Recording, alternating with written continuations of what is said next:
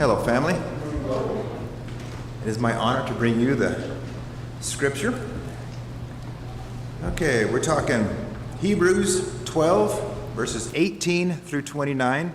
It's kind of long, so pay attention. For you have not come to the mountain that may be touched, and that burned with fire, and to blackness and darkness and tempest, and the sound of a trumpet, and the voice of the words, so that those who heard it begged that the word should not be spoken to them any more, for they could not endure what was commanded. And if so much as a beast touch the mountain, it shall be stoned or shot with an arrow. And so terrifying was the sight that Moses said, I am exceedingly afraid and trembling. But you have come to Mount Zion, and to the city of the living God, the heavenly Jerusalem, and to an innumerable company of angels, to the to the general assembly and the church of the firstborn, who are registered in heaven, to God, the judge of all, to the spirits of just men made perfect, to Jesus, the mediator of the new covenant, and to the blood of the sprinkling that speaks better things than that of Abel. See that you do not refuse him who speaks. For if they do not escape, who refused him who spoke to earth, much more shall we not escape if we turn away from him who speaks from heaven, whose voice then shook the earth. But now he has promised, saying, Yet once more I shake, not only the earth, but also heaven. Now this, yet once more, indicates that the removal of these things that are being shaken, as of things that are not things that are made, that the things that which cannot be shaken may remain. Therefore, since we are receiving a kingdom which cannot be shaken, let us have grace, by which we may serve God acceptably, with reverence and godly fear. For God is a consuming fire.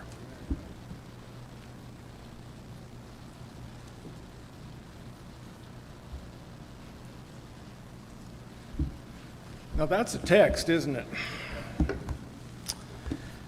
All right, we're going to go to Zion, the mountain of worship today.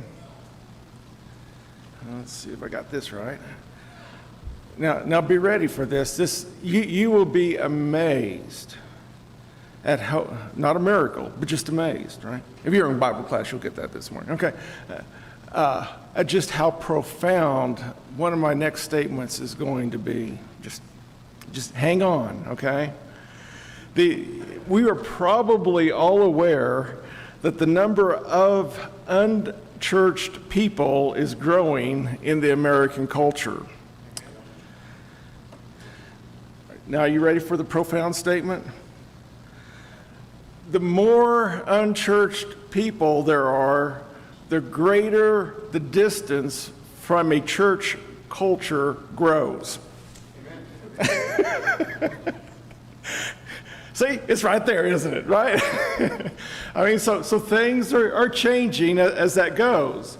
I had, maybe a week or two ago, one of our department meetings at Vail Health, when our patient relations, visitor relations department, we were eating lunch, and one of our 30-something co-workers of mine made the statement about, that going to church, that's something for the older generation.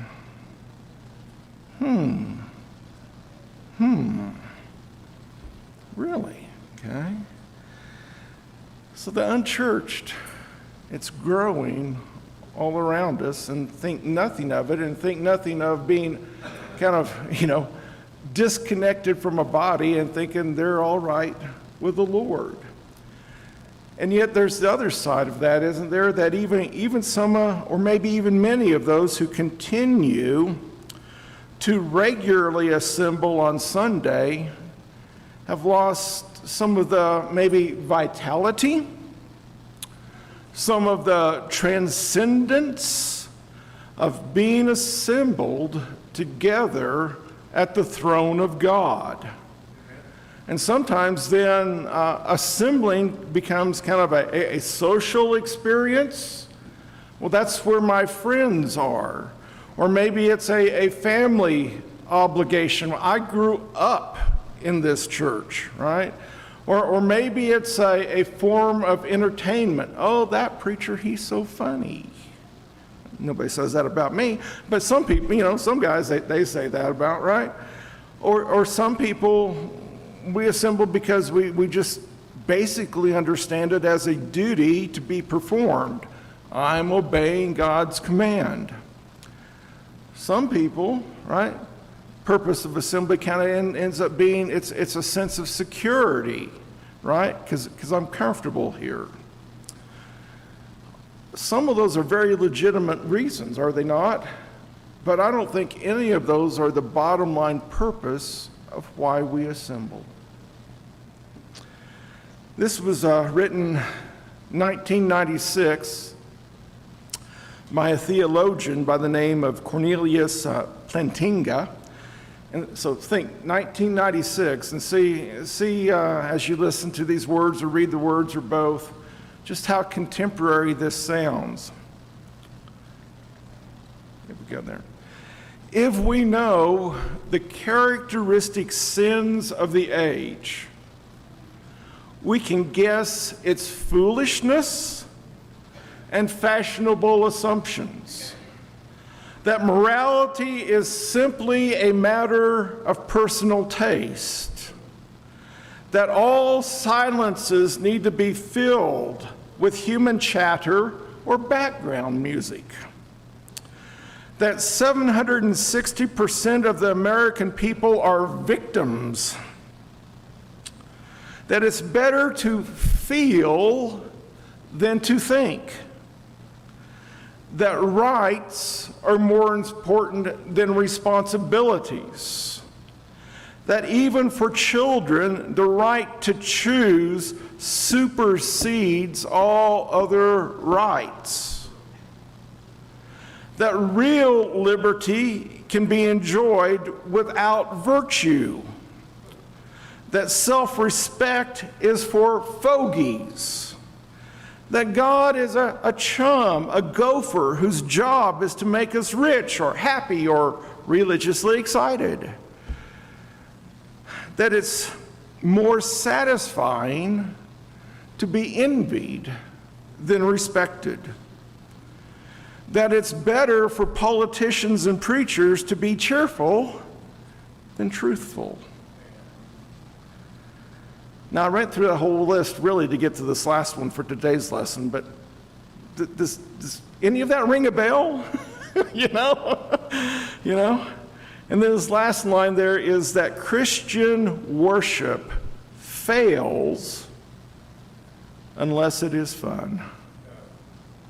Now remember, all of those are listed under the sins of this age, right? The characteristic sins of the age and its outgoing foolishness and fashionable assumptions. Really, if that's all we're looking for in worship, it's to be exciting, it's to be fun. Listen, folks, I'm for excitement, I'm for fun. And we just celebrated the Lord's Supper, though, didn't we? And it's very clear that the Lord's Supper should be meaningful. But I'm telling you, isn't it pretty difficult to make the Lord's Supper exciting, upbeat, fun, and entertaining? And really hold the Lord's Supper where it's supposed to be? Right? That cannot be the criteria of worship. And so, the purpose of the assembly has become rather distorted with a lot of people. And you start to get the question of, well, why should we assemble anyway? Or what happens? What happens when we assemble that's just so important? Well, thank you for asking that question. I'm going to help you answer that today. Okay? Roman numeral 1, if you've got the handouts following along that way, we've got a contrast of mountains going on here in Hebrews chapter 12. In verses 18 through 21, you have not come. Okay? So, writing to Christians, right, Hebrew letter, you have not come to what may be touched, a blazing fire, darkness, gloom, a tempest, sound of a trumpet, a voice with words that made the hearers beg that no further messages be spoken to them, for they couldn't endure the order that was given. If even a beast touches the mountain, it shall be stoned. Indeed, so terrifying was the sight that Moses said, I tremble with fear.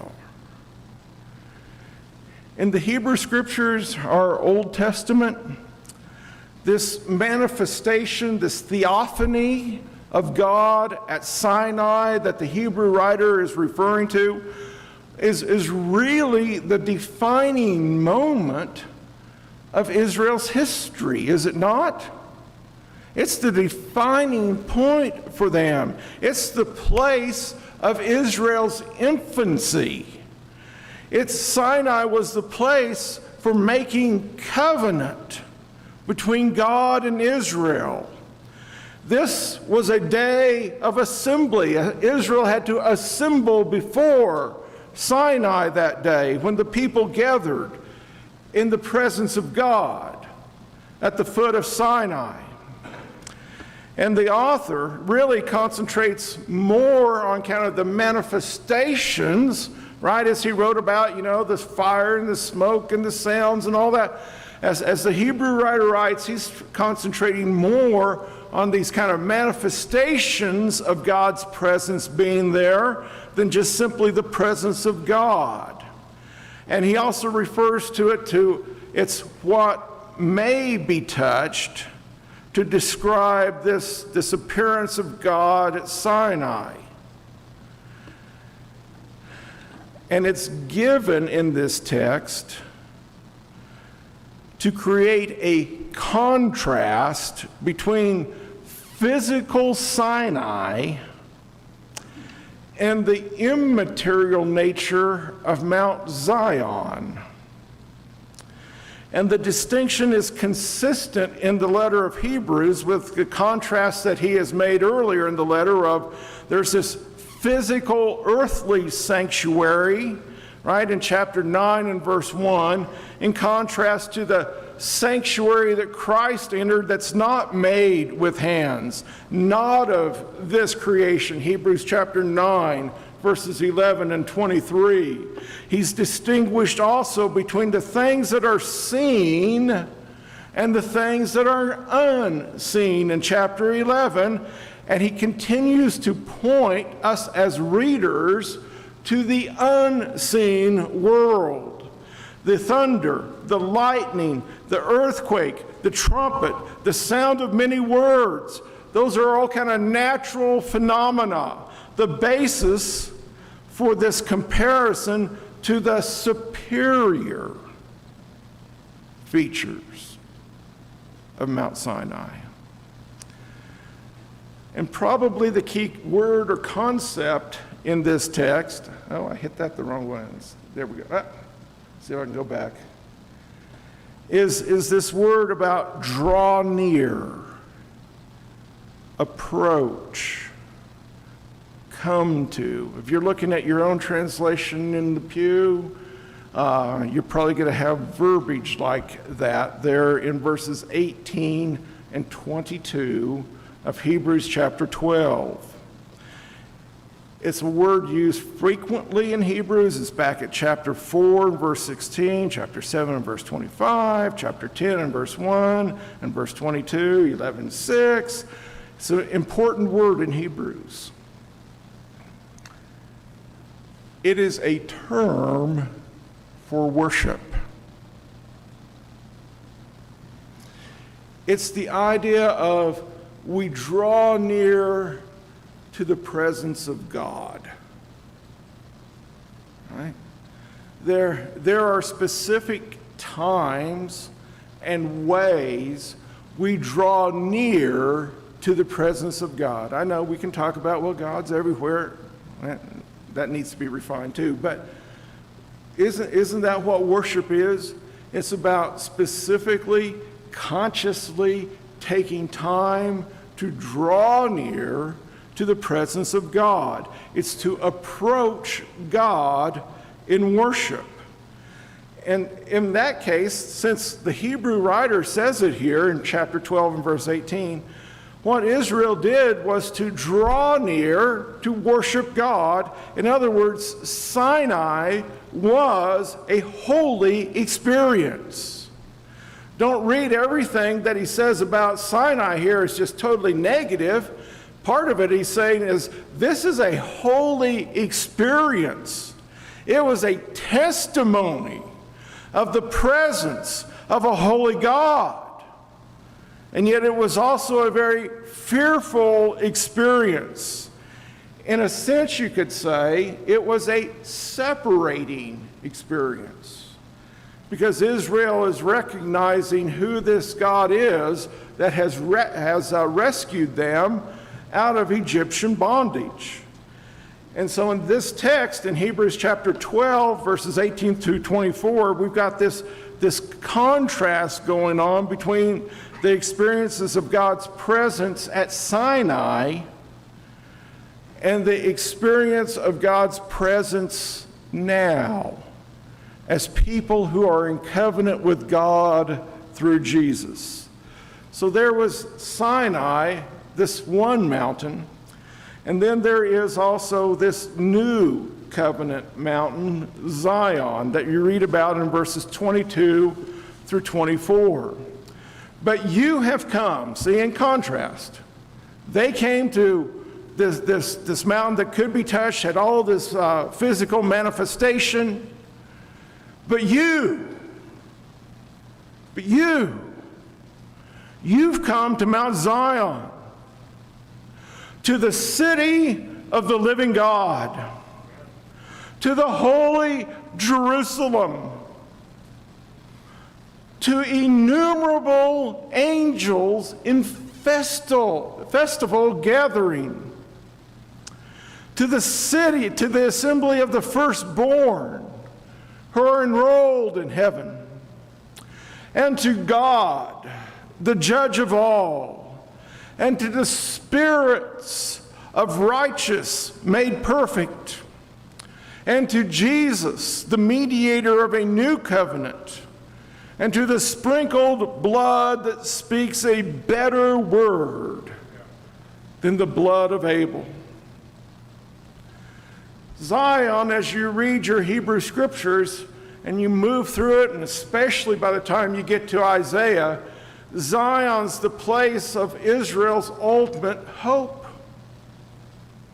That's where their hopes are to be realized. And the Hebrew author says to those who are in covenant with God through Jesus, you have come to Zion. Right? In other words, Christians experience the reality of God's presence. Right? You've come to God. Right? Isn't that what he says there in verse 23? You've come to God, the judge of all.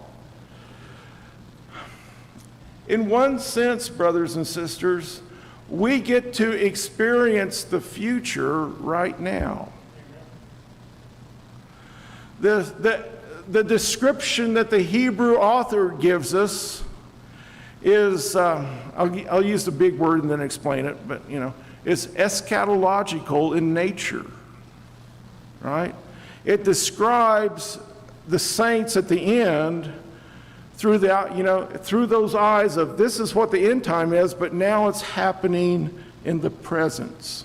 And so really it's you want two big words together. It's inaugurated, it's already started eschatology. The end things, or sometimes it's talking about, the things at the end, or maybe even better, the things that last, right, have already been inaugurated. They've already started now in the crosswork of Christ. And right? And so Christians experience God as we gather in his throne room. And a foretaste of the future is experienced in the communal gatherings of God's people. Isn't that what this text is claiming? You have come, right? You're drawing near to God, so you're coming as God's people together to worship God, to come into his presence. And it's the new covenant through Jesus that brings us to God himself. We enter, if you would, the most holy place, God's own sanctuary. We come to where God lives, according to this author. We've come to Mount Zion, the heavenly Jerusalem. We're drawing near. This is his language now for what happens with new covenant people. We draw near to God. And so our assembly, you say, remember I started out, what happens when we assemble? Why is assembly important? We are drawing together into the presence of God right now in his throne room. In his throne room. Assembly is a grand entrance into the presence of God. And we join in worship with the heavenly world. And we're not, hear this clearly, I've read too much from brothers I know, I've heard it from people I know, I've read it from people I respect. I think a lot of them just stopped at Hebrews chapter 10. Don't forsake the assembling together, and never got to Hebrews chapter 12. Because Hebrews 12 tells us we join in worship with the heavenly world, and we are not limited to our own assembly, our own physical location. And when that happens, when we draw near together with God, this becomes holy ground.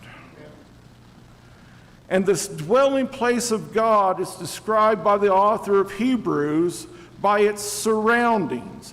He says, right now around us as we draw near to God in his throne room are innumerable angels. Angels worship God the Father and God the Son as they celebrate the redemption that God has accomplished through Jesus. You see this same type of scene back in Revelation chapter 4 and chapter 5. 2 chapters about throne room. And sometimes, we write that off because that's Revelation and that's kind of that science fiction stuff at the back. That's not Hebrews. And he's saying the same thing, folks. When we draw near to God as his people, we draw into his throne room. And we're surrounded by innumerable angels. And the way he writes it here, it's a festive atmosphere, isn't it? The atmosphere of Zion is festive with joyful angelic praise. It's not dour angels, right? It's not mopey angels. It's not dreary angels. It's festive angels that we draw near to God with. And he says, we also draw with the church of the firstborn, whose names are written in heaven, to the assembly of God's people. That's the company of the redeemed that we go into the throne room with. Those who have their names written in the book of life. That's language about the redeemed of God, isn't it? In our scriptures. And so I think this phrase is a reference to those saints who are currently alive, you and me right now, right? And literally, it's the assembly of the firstborn ones. This is God's people. If you get to the first of chapter 12 in Hebrews, he encourages us to keep running the race of faith. And so this group that he's writing to right here and referring to right here are the ones who are still running the race of faith. And as we run the race of faith, part of what we do is we take time to assemble together in the throne room of God. And that's not limited to one physical location. Thankfully, we don't have to go to Jerusalem, or we don't even have to look toward Jerusalem when we pray, right?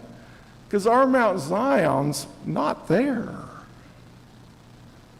Our Mount Zion's a heavenly Zion. And so we're not limited to a physical location. When we gather at this place, other saints are gathering in other locations. But we're all coming to the throne room of God. We worship then with the universal church, and we join with our brothers and sisters throughout the world.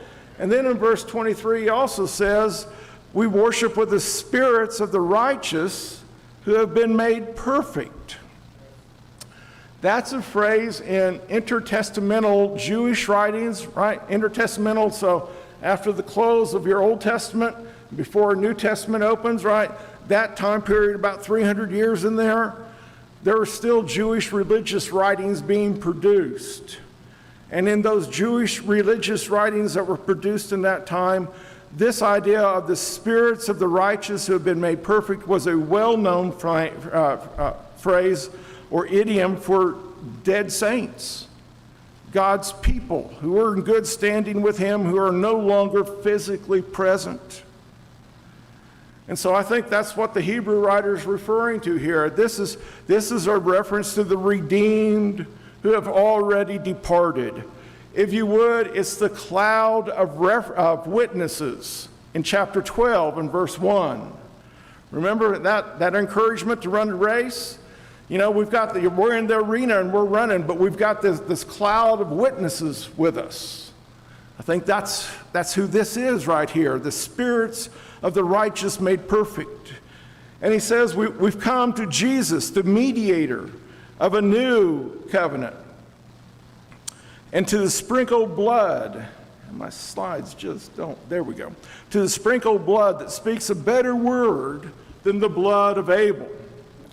Now back in chapter 9 and verse 11, when Christ appeared as a high priest of the good things that have come, then through the greater and more perfect tent.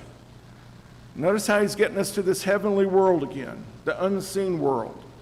Not made with hands, that is, not of this creation, he entered once for all into the holy places, not by means of the blood of goats and calves, but by means of his own blood, thus securing an eternal redemption. For the sprinkling of the defiled persons with blood of goats and bulls and with ashes of a heifer sanctified for the purification of the flesh, how much more will the blood of Christ, who through the eternal Spirit offered himself without blemish to the living God. All right? Therefore, he's the mediator of a new covenant. That's what we've come to. And as the mediator, through his offering of himself, that's the reason and the basis that we can enter into the joyful heavenly gathering at Mount Sinai, is it not? In other words, I'm thinking right here, man, maybe I'm all wrong, but I think what's written about in Hebrews chapter 12, 22 through 24 is a pretty extraordinary experience. It's amazing, isn't it? Now I'm fussing with this next, so, okay, this is going to be like last week, you know. We're going to get through part of the lesson this morning, we'll finish it up tonight, and I don't have as much to finish up tonight as I did last week, so that means you guys talk more? Okay, so one of the things you might want to talk about, because I'm still fussing with myself about this statement, so I'm giving you good fodder to talk about tonight. One way you could think about this is, we're not here, but we're there. I almost like it preferred as, we are here, but we're there. I think I'd like that one a little bit better, but I thought of that too late to put it in the slides. So, but we could fuss about that, and it won't hurt my feelings because I'll just have it better by the time I do this at Yellowstone Bible Camp. Okay, so. But the idea there is what? We assemble to worship together here physically, but we are to envision our entrance as being into the throne room of God. And because of that, in one sense, we're no longer here. We're not limited to this assembly room, but now we're there. We're in the heavenly Jerusalem. We're in the throne room of God with the angels, with the saints who have departed, the saints around the world. That's where we're at. And because of that, we've got strength for that journey that he's encouraging us to keep on running. In other words, let me say it this way. If you want to go to heaven, join the saints in worship right now, because that's where we're at. We're in heaven. We've gone to the throne room of God. We don't have to wait till we're departed. We're there. And so the Hebrew writer says then that our assembly is a greater assembly than what Israel experienced at Sinai. Oh, I know there's no thunder in this assembly. You know, I'm not one of those old-fashioned thunderous preachers, right? Sometimes, you know, you got thunder there, but, you know, and I remember, wow, this had to be, do we even dare say the word, the year? Had to be about 1980. First ever Grand Teton, Yellowstone Grand Teton family encampment there at Coulter Bay Village in the Tetons. You were down at this little amphitheater, and it was Brother Norman Gibson. And so he was speaking, looking up the amphitheater. Amphitheater looked out across Jackson Lake with Mount Moran right behind it. And as he was preaching, we were all kind of looking up, and he was wondering what we're looking up. Finally looked around, and there's this thunderstorm moving in. He said, this typical Brother Gibson, if you knew him, well, I guess I preached up a storm. Anyway, we don't have the thunder here, okay? we don't have that. We don't have the whirlwind. In fact, sometimes it appears like nothing's happening. Sometimes our worship seems so ordinary. But I want to assure you from the Hebrew letter this morning, something is happening when we assemble before God. Whether or not we feel our pulse race, whether or not we feel moved, we have come to the very presence of God. That's where we've come. And if we haven't gotten there, we haven't really worshiped. Oh, we can get all the acts right, and I'm all for the right acts.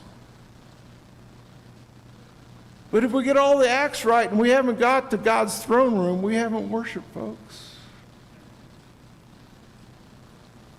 If you do the wrong acts, you're not going to get to the throne room. Okay? But just doing the right acts and going through the motions doesn't get us necessarily there either. So That's why a text like this is so important for the church. We need to be reminded of where we go and worship, so worship isn't ordinary to us. To meet with God and his people is to encounter far more than what we can touch.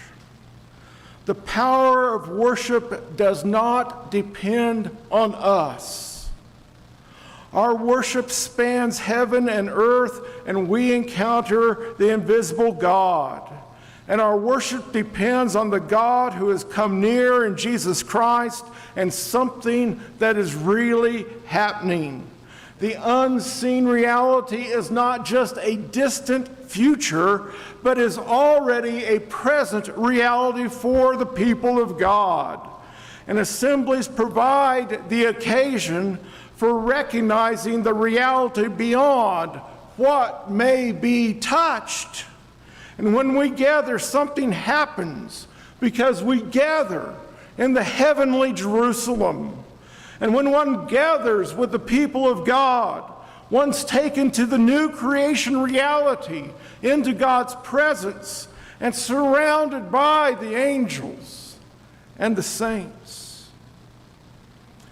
When we come to Mount Zion, we assemble before God the Father, and Jesus the Son, and the heavenly saints and the earthly pilgrims. But mark it down, our purpose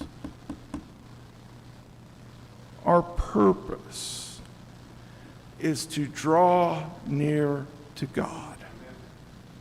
It's to worship God.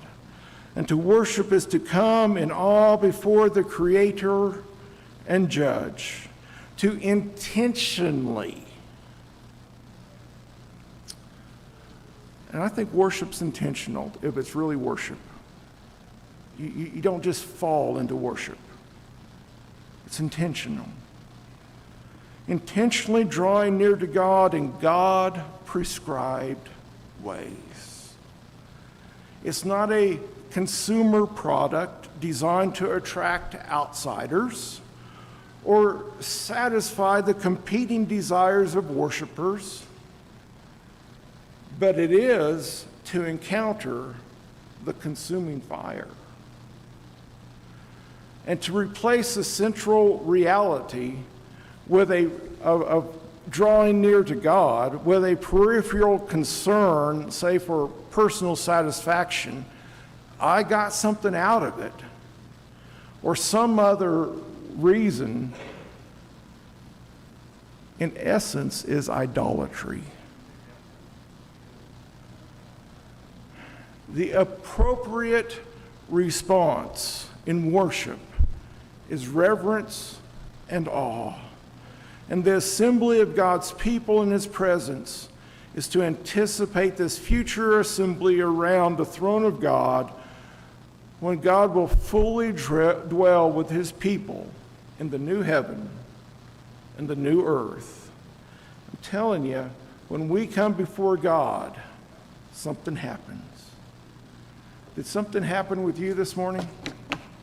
Did you make it to the throne room of God? Oh, I hope so. Now, it's important, as we say that, it's important that we come to the throne room of God. You're not going to get there unless you come this way. That's through the blood of Christ, isn't it? And if you haven't been washed by the blood this morning, you're not going to make it to the throne room of God. And so maybe there's somebody out here who needs to be washed by the blood, to participate with Jesus in his death, burial, and resurrection in that watery grave of baptism. And so the Lord offers his invitation this morning if you need to do that. Or if you're a saint and you've got some things going on in your life and you want the prayers of the saints here, or for whatever reason you need some prayer, some support, maybe a time to repent, whatever it is, the Lord's invitation is open for you to come at this time as together we stand and sing.